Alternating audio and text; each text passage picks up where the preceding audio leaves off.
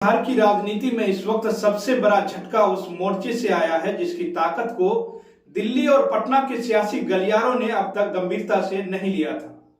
जी हां, चंद्रशेखर आजाद और असदुद्दीन अवैसी का गठबंधन इस चुनाव में वही विस्फोटक करने जा रहा है जिससे महागठबंधन के समीकरण हिल जाएंगे और एनडीए की सियासी जमीन खिसक जाएगी।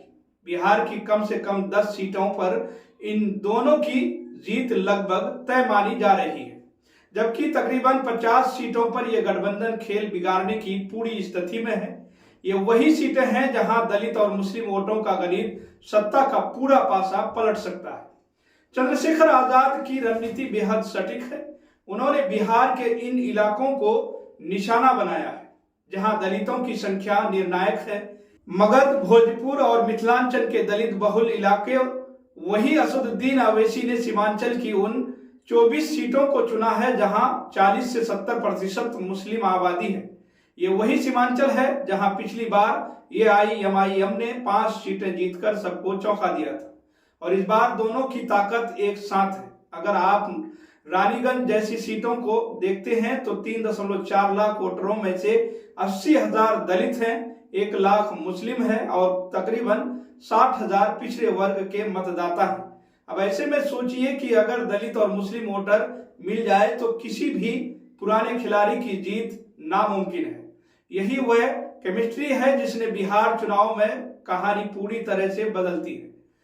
ग्रैंड डेमोक्रेटिक अलायंस ने 64 सीटों पर चुनाव लड़ने का ऐलान किया है। 35 पार ओवैसी तो वहीं 25 पार चंद्रशेखर आजाद, 4 पर स्वामी प्रसाद मौर्य।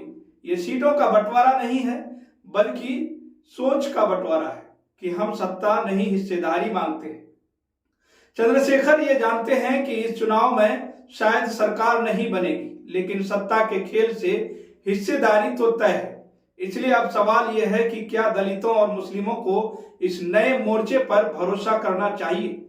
जवाब खुद आंकड़ों में छिपा है।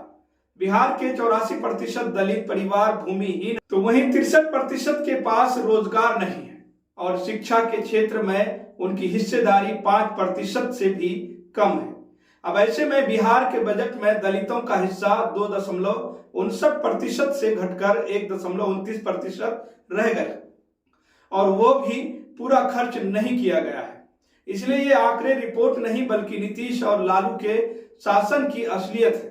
और जिन दलित नेताओं ने मुख्यमंत्री बनने के बाद आलीशान बंगले बनाए हैं, उन्होंने अपने समाज के लिए क्या कुछ किया है।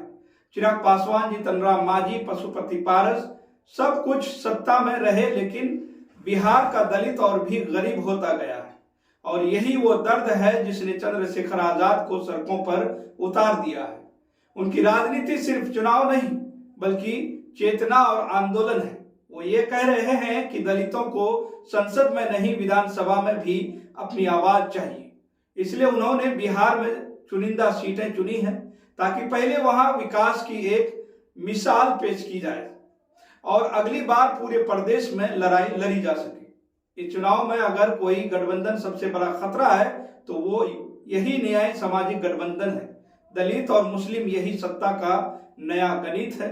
अब ऐसे में सवाल यह है कि क्या बिहार की राजनीति या क्या बिहार की जनता इस नए समीकरण को एक मौका देगी।